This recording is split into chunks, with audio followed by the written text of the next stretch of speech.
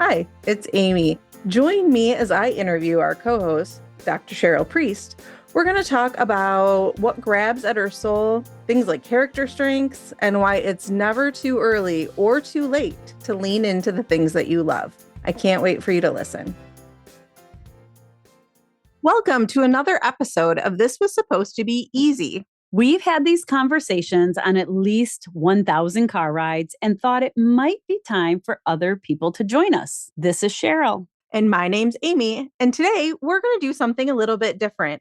We really want you to get to continue to know us and what excites us and what we are passionate about. So we thought it'd be a great idea to interview one another. And I am going to interview Cheryl first. This could be interesting. Sorry, I interrupted, but no, it's great. I think it's going to be really fun. So I would like to introduce you all to Dr. Cheryl Priest. She is a faculty member and owner and chief experience officer of Cozy and Flourish, which is a speaking, consulting, and creating experiences that bring more joy and success to people's work and life. But today we are going to talk about one of her biggest passions, and that is a strength-focused mindset. So, Cheryl, can you tell us a little bit about what does that actually mean? So I might have to backtrack a little bit to then take us forward with the answer to your question. I believe that everyone deserves a life that is more joyful and more successful. And there is a lot of science that has taken place in the last, I want to say 25 years or so, in the area, the bigger area or the bigger field of positive psychology. And one of the areas of positive psychology that I am just finding grabs at my soul is the idea that there are opportunities to experience big changes in our lives and big shifts in our thinking that can occur when we consistently take some very small but purposeful steps in that direction.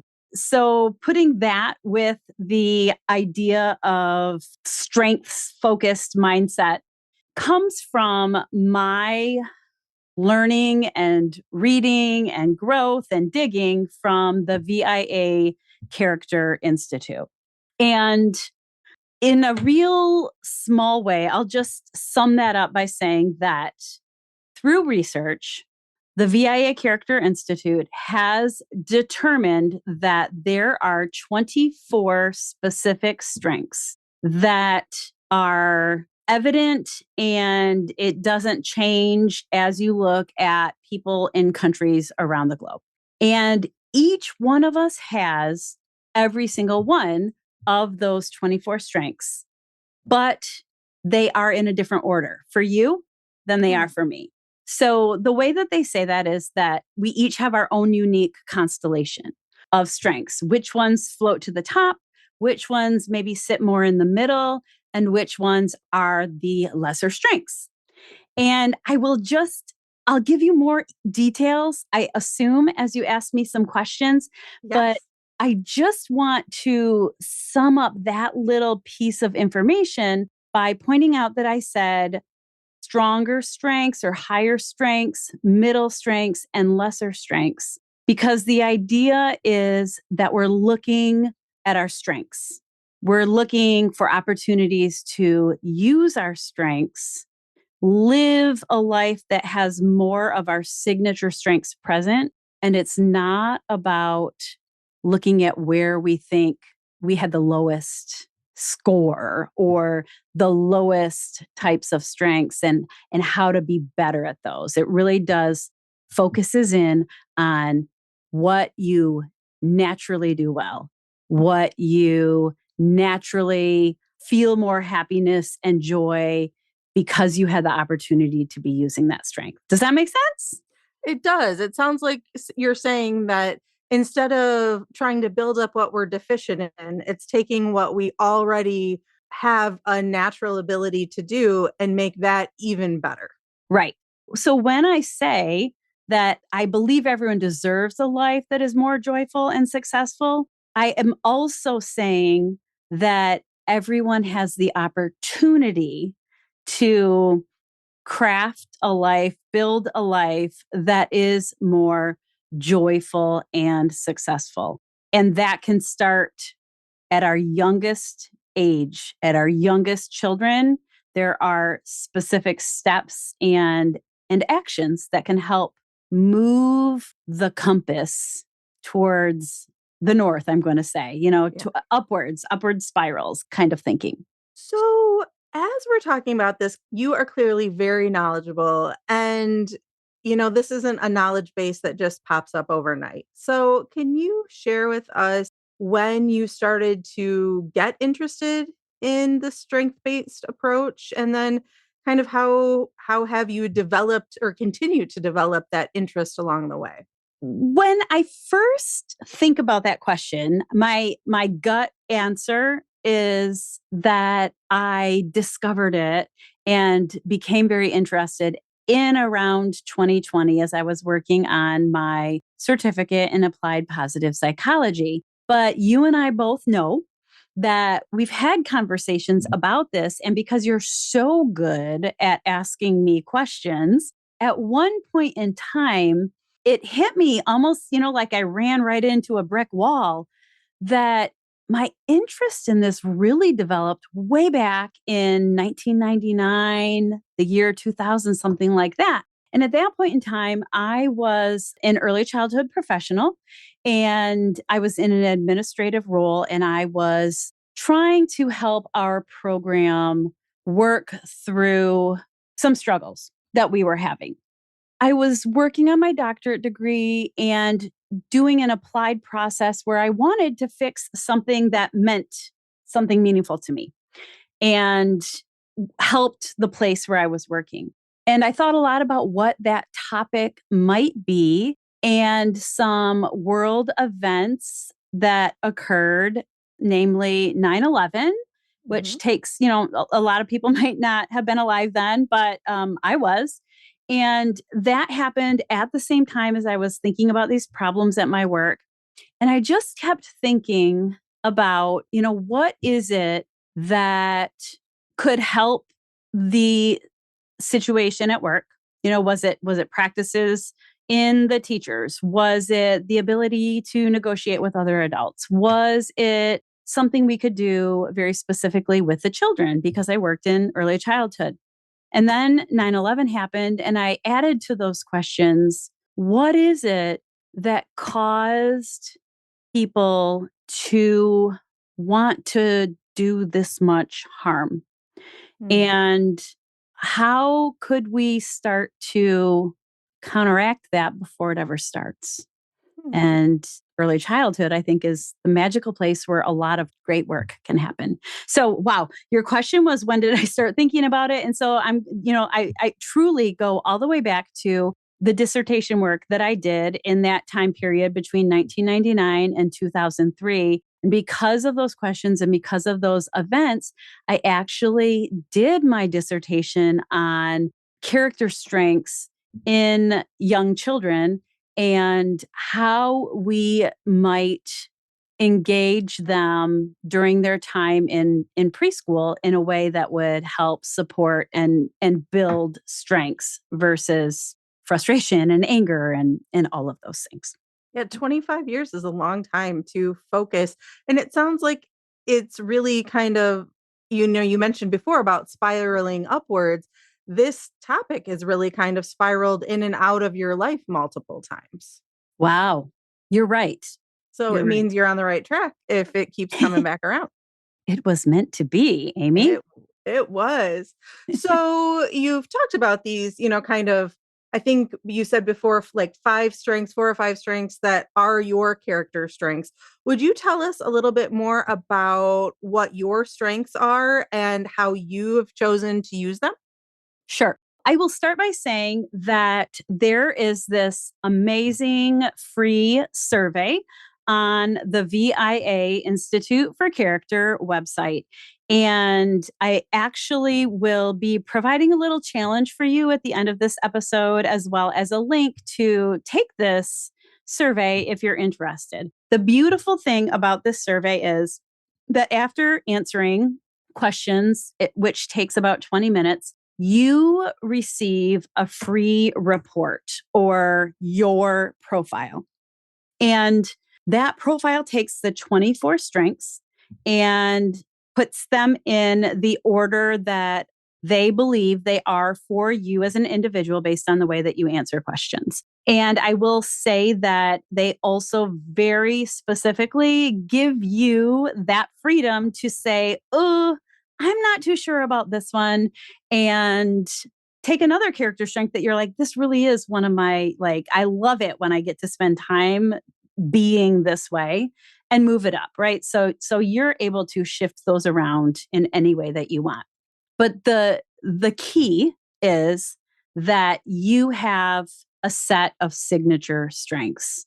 Those top 5, 6, 7 strengths that surfaced for you. And when you know those strengths and embrace those strengths as part of who you are then able to look for opportunities to contribute through those strengths, to maybe spend more time using those strengths in your work, to even address or approach a new experience in a braver way because you're thinking about that experience and how your strengths can help you in that. For an example, I like to say 5-ish a lot because I never love, hardcore boundaries. Right. And right. So a lot of people say 5. I say 5-ish because honestly, I like number 6 and 7 on my own list a lot. And so I need them in my life. So as an example, I think you asked what were my signature strengths. And so the first signature strength for me is gratitude. That includes being aware of the good that is happening around you and in your life, and taking time to express your thanks for that. And that didn't always sit at number 1 for me. It moved to number 1 when I was prompted to begin a gratitude journal and look for at least 3 things every day that I could write down in my journal and share why I felt grateful for them. After engaging in that process for many, many months, I was noticing more and more and more things in the world and in my life that I wanted to be grateful for. And it transformed my thinking. And so I spent a lot of time sharing on number 1, gratitude, but I really just say that because you can grow, you can change, you can shift. So quickly, number 2 for me is called love of learning. And you mentioned I'm a professor, I'm a faculty member. I love gaining new insight, gaining new knowledge. I love reading books. I love talking to students and finding out how they are thinking about a topic. And so love of learning was clear for me. Hope is my number 3. And I really do, if someone throws up a barrier or you can't do this or this isn't possible, I mean, for me, that's the ultimate challenge to I am more hopeful than that. And I am going to work to achieve it. Right. So appreciation of beauty and excellence is my number 4. Honesty is my number 5. And then I think I told you 6 and 7 are pretty big for me. And that is humor and creativity. You've called me a creative. We've talked about the messiness that we both sometimes work Yeah, inside of. absolutely. Yeah. So I embrace all 7 as my signature strengths and have taken some courses and read some books that have given me strategies to use in my own life as well as with those people that I'm consulting with, clients that I serve, things like that, strategies to take those signature strengths and actually create better days, Mhm. better opportunities in work, and even, strengthen relationships, things like that, by working to infuse your signature strengths more often in your day. So really kind of leading with what you already know that you're good at. Right. You know that you're good at it, and you not only feel more successful because you're clearly going to have more success if it's something you're strong in, but you also have the energy that comes from doing something that intrigues you or something that excites you or something that is easier because it's a strength, right? So you kind of know what those things are when you walk away from work and you're more energized instead of feeling drained or exhausted or frustrated, any of those things. I know for myself, because I have taken this as well, that one within my top 5-ish is also creativity. And I know that I love to brainstorm and be creative in that way. And whenever I'm part of a brainstorming session or getting to be with people, I walk away so excited, definitely more energized, continuing to think about things. And that's something that I would love to hear you kind of touch on too. I feel like the more we lean into these, the more we naturally lean into these. Yeah. And even as I think about what else that can mean, I have to jump backwards to say that creativity went through me the first time because I attributed creativity to art Mm. and being artistic.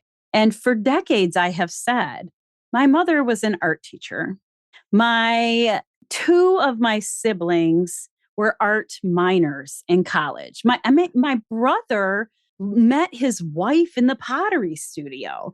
I mean, but none of those things fit with me. I didn't see myself in that way. But then I read the definition of creativity from VIA, and it says thinking of novel and productive ways to conceptualize and do things. This can include artistic achievement, but it's not limited. And when I read that, I thought, oh my gosh, like that is my specialty. My specialty is you tell me no, and I'm going to figure out how to say yes. You Mhm. tell me it can't be done. I'm going to ask you a few questions to try to help, get to a place where then I can creatively offer a way that it might be possible. And so thinking about creativity really shifted for me when I realized that it sat that close, that it sat right there in my signature strengths. And from that point, I've been able to own that. Like I've literally been able to say, I am creative. I am creative when it comes to creating new courses and products to, trainings that I do, and even helping others figure a way out of a problem, looking for a solution. And I know somewhere in there you asked me a question, but I already forgot what it is because I'm so creatively thinking right now. That is okay. I said about leaning into what you're already leaning into. So if you lean into something, it just gives you more opportunities to do that and kind of continue to build that up. Yeah. Instead of saying, well, my job is this, and this is my exact job description, for example, Mhm. and I'm working with 5 other people or 10 other people or whatever it is. What if you all sat down knowing what your signature strengths were and looked at the things that need to be done and allowed people the opportunity to say, I'd love to do that. That totally falls in my capacity and in an area where I know I can contribute. So even though it might be on your little description, since we're all working here as a team, how about you let me do this part? And you sort of reshuffle the work that needs to be done so that, and it's not going to be always, it's not going to be 100% of the time, but you literally could as a team sit down and shuffle work so that everyone spends more of their day contributing their strengths and gaining the energy that comes from that. And, the whole organization gaining from the passion that's going to grow. I love that idea, especially since group work has kind of taken some hits, I think, especially more recently within the past few years, and people really kind of turn away from group work. And so the idea of everybody being able to bring their own unique blend kind of excellence, or you bring their own strength to the group and really see that, and then pick out the tasks and jobs to help build and continue. What a wonderful opportunity to enjoy group work again, or in a different way. Right, right. That's what drew me to this work that I'm doing around character strengths, because I also spend a lot of time thinking about positivity and emotion and relationships and all of those pieces of positive psychology. And a definition or set of definitions that's come up over and over again very, very recently. I'm literally in a book study right now about bringing joy to your leadership roles in early childhood. I just opened and introduced the keynote at a conference for an organization that I'm a part of. And the topic of the keynote was finding joy. And so both of those things have sort of reminded me that there is a bit of a difference between joy and happiness. And while happiness kind of comes from things that happen to you, external factors, situations, people, events, having a great dinner. We talk about going to brunch, all of those things. Joy is much more internal.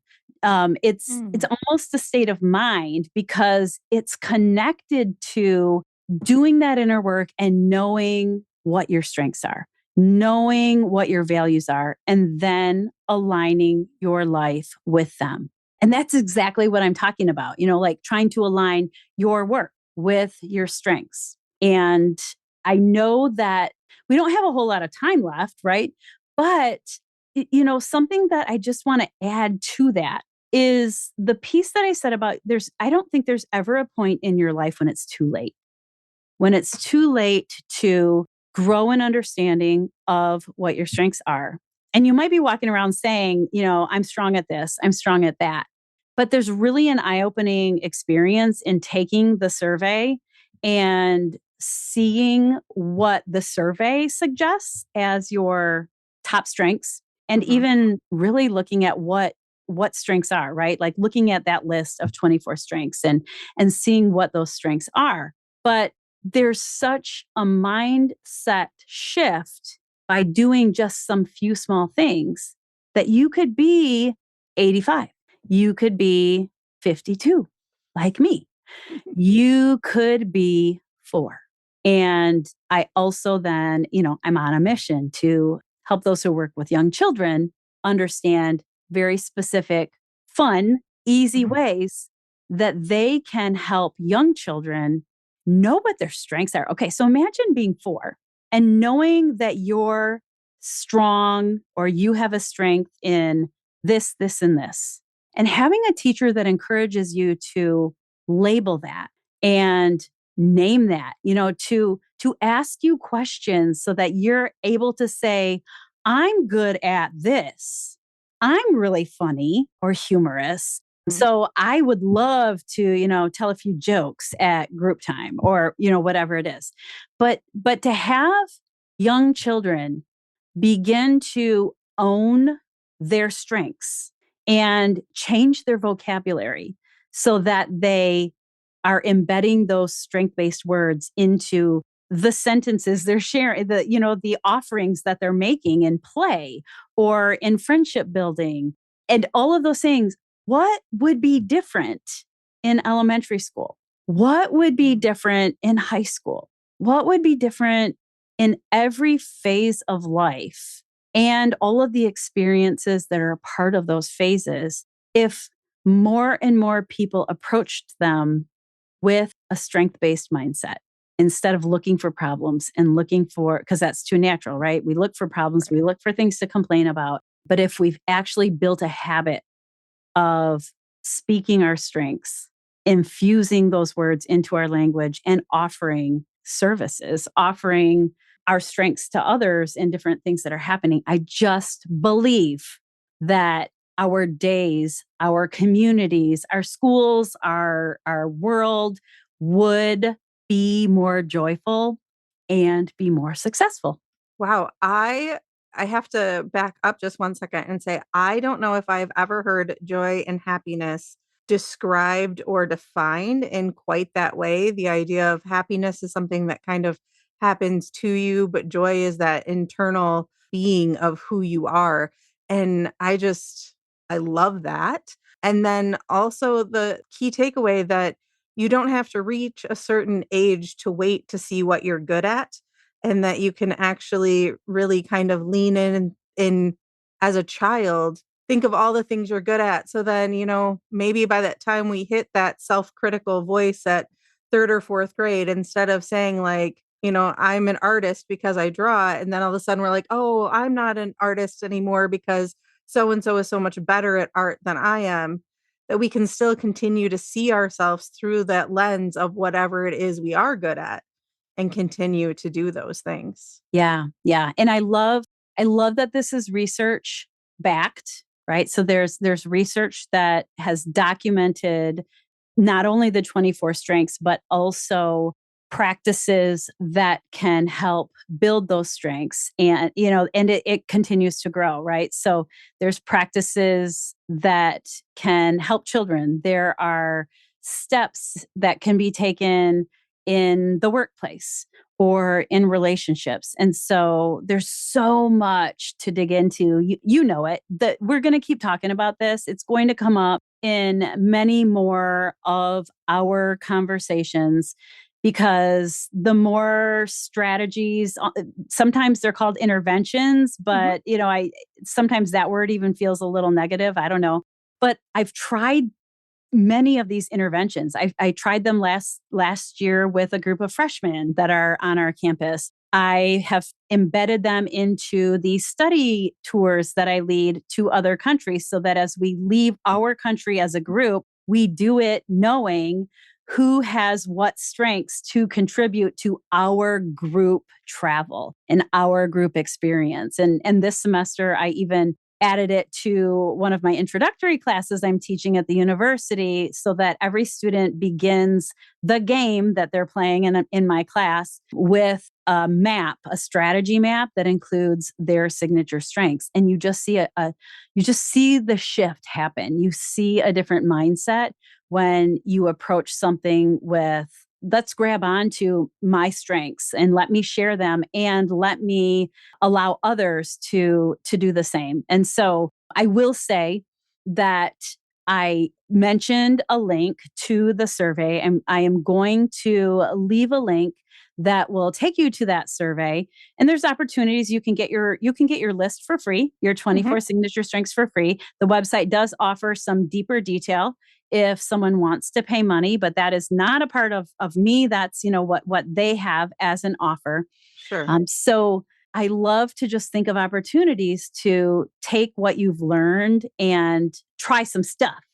Try some. It might be a daily practice. It might be for a couple days, do this thing, but to take strategies and share them and see what happens with people who also believe that they could become more joyful, that they could become more successful, spiral up above neutral, all the things if they learn what their signature strengths are and spend more time in them.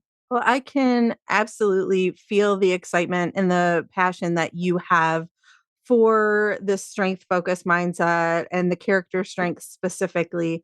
So, I want to say thank you so much for sharing with us, the listeners, and myself, always learning something new and letting us know a little bit more about them. And as each person kind of continues their journey onto being a little bit better and a little bit more amazing. Sure thing. I love questions. So, hope to have some great conversations with people as we go forward. Absolutely. And they can leave those questions anywhere that they have listened to our podcast today. So, with that, I would love to say thanks for tuning in to This Was Supposed to Be Easy. Remember, the best stories are the ones we live. Join us next time as we uncover more tales and thoughts that just might change your world while we navigate those things we didn't expect to be so hard. Stay curious, stay connected, and keep wondering. See Thanks, you next guys. time. Bye. Bye.